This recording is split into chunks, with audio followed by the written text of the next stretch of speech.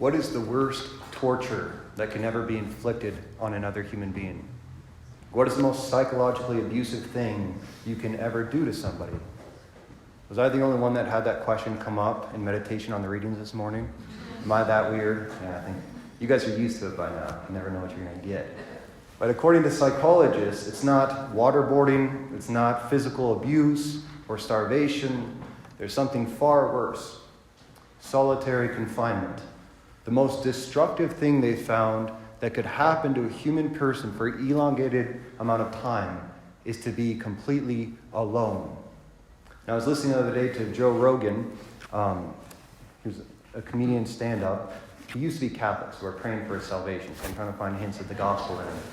But he said something I thought was really interesting. He said, no one's honest anymore. No one's honest about how much we need other people. And that's why characters that we adore now in movies, they're the ones that don't need other people. The people who just walk away from it all and we look at them and say, wow, what a rebel. It's but in real life, we need people so bad that the worst thing that someone can do to a prisoner is put them in solitary confinement. Think about that. You're in a cement box filled with rapists and murderers, and the worst thing that they can do to you is leave you alone. That's how much we need people. It's like God said from the very beginning when he created us. It is not good for man to be alone. So what I want to talk about today is what the incarnation of God actually offers us existentially in our day-to-day life. How does it change our experience of life in this world and of God? And to answer that question, we have to understand the fundamental dilemma that we face as human beings, the essential problem that we have in our human nature. We are, in our very core, relational beings. We are made for communion with other people, to be with others. It means to be seen, to be known, and to be loved to the very core of my being. It's what every human being is longing for. We always say we want happiness, but everybody knows that what really gives you happiness in the end is love. And love is the experience of this other person knowing me, sharing my being. But what philosophers have come to see, the more they think about it, is in the depths of our being, there's something that's incommunicable. That there's parts of myself that no matter what, I cannot share with even the person I most love. They cannot understand who I am or what I am going through in the deepest parts of myself. It's incommunicable. And they say that that's why there's an element of human life that is hellish. An inescapable loneliness, an insufferable isolation in the core of my being where nobody else can reach us. Tennessee Williams, the playwright, he once said, "We are all sentenced to solitary confinement inside our own skins for life." There's a part of me, no matter how much time I talk with someone, no matter how much time I spend with them, I share myself, no matter how much sex I might have, no matter what I do, there's a part of me that can never be shared completely. There's a part that remains untouched, unseen, and therefore unloved. So that's our dilemma as humans. We're created for absolute communion, and yet we cannot find that other person with whom we can share ourselves absolutely. It's like you get pieces, you get fragments, you get beautiful moments, but never the absolute. And love longs for the absolute. Any of you see the movie Avatar? A while back? One person. Okay, good. One back. This is a big movie. You guys haven't seen it? Oh, that'd be okay. You've seen it. All right, so how do they say I love you in that movie? What is it? I see you.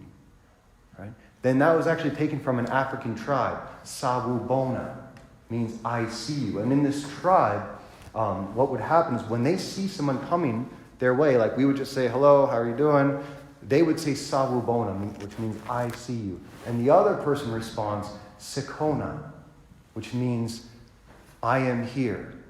Or when you saw me, you brought me into existence. Or before you saw me, I didn't even exist. That's the literal translation of those words, which is amazing to think about it. But if you consider, like, you've ever been at a party and you're standing there by yourself, like in the midst of a sea of faces, and everyone's talking and doing their thing, and you're just standing there awkwardly. Maybe that's more common for me than other people, but, the moment you lock eyes with someone on the other side of the room, and all of a sudden they see you, and you start a dialogue, you get that sense, like, before I had no place here, and now I belong, because I'm in communion with this other person. And that's how it is in our life. It's the eyes of other people looking to us and recognizing us that actually enables us to experience our life, our being. It comes alive. So in the deepest part of our being, we're always crying out to be seen. And that's why solitary confinement, especially in our own flesh, can feel so torturous, because it's so unnatural to our state of which God created us to be alone. And we'll do anything we can to escape that solitude. So a lot of the sins that, if you think about it, we struggle with, a lot of the sufferings that we have in our life, is often a response to that feeling of isolation and aloneness.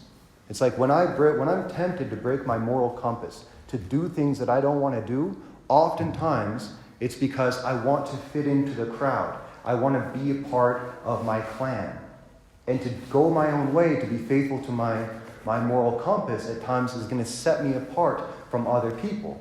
That's one of the major reasons that people will do things that they don't feel comfortable with. I don't want to feel alone, like I'm the only one.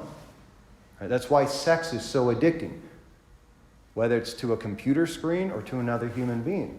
It's like for one moment I can feel connected to somebody else. And you wonder why social media is so addicting to us, having that phone there.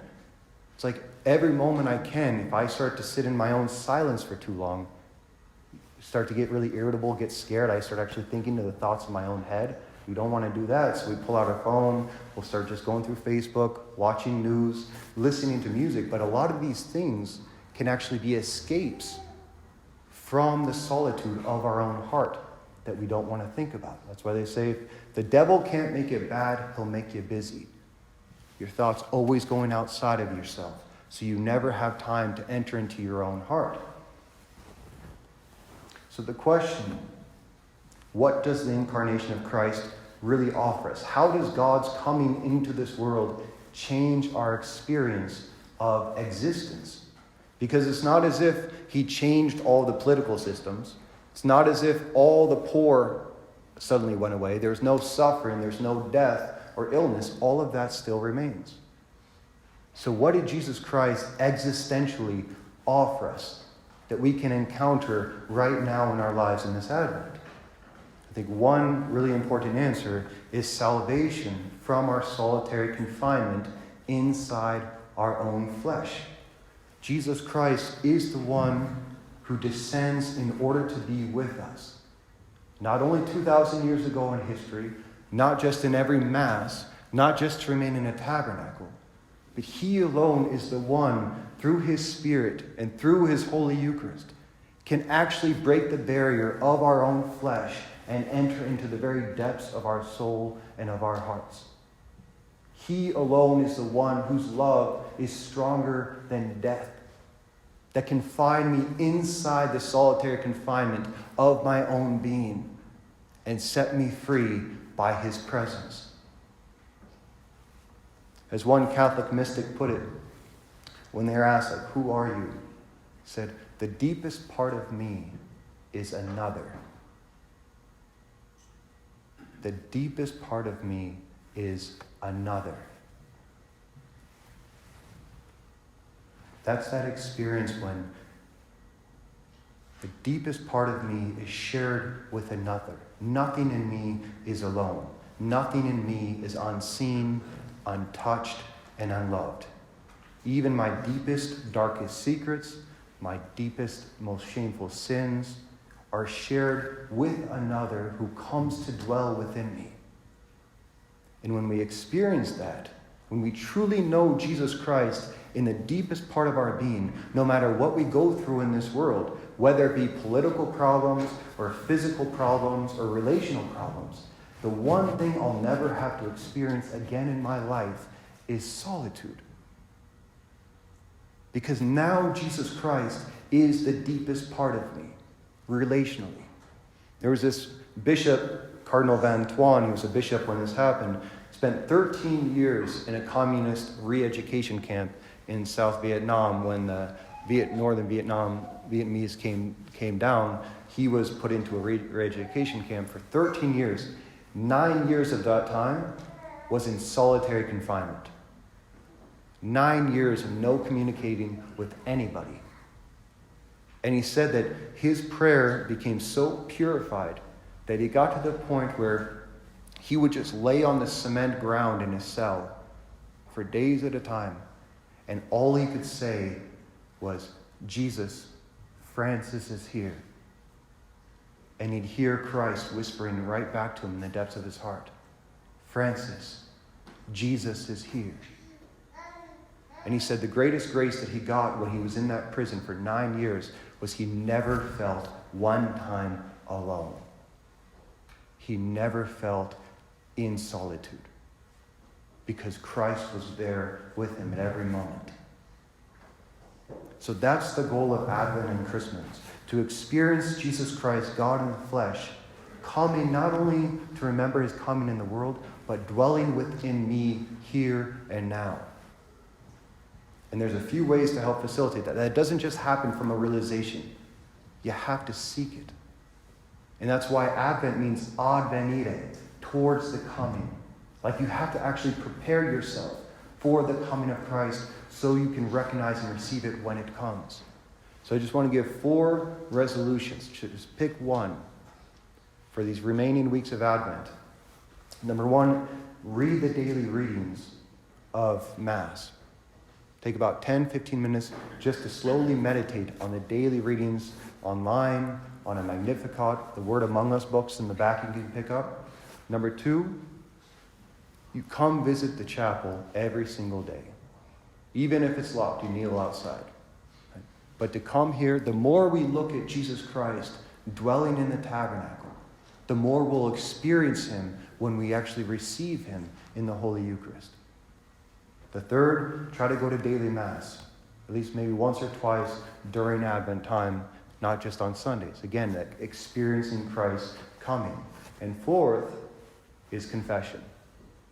To make a really good confession this time, because the lie that our sins always carry with it is that God can't love me there. There's certain places in my life where I'm unlovable, I'm unredeemable, where God's mercy cannot reach me. That's what our sins tell us. So by going into confession and sharing my heart, sharing my sins with Christ, that's one of the most intimate places we can experience his presence coming to save us. Tennessee Williams was right about one thing. We are all condemned, sentenced to solitary confinement inside our own skins. But he was wrong about another thing, because it doesn't have to be a life sentence. In every Mass, we can experience Christ himself coming to dwell with us right here on this altar. And the more we see that, the more we experience that. When we ourselves receive his body and blood in the Holy Eucharist inside ourselves, and we can say with that Catholic mystic, the deepest part of me is another. And that is truly what the Incarnation of Jesus Christ offers us.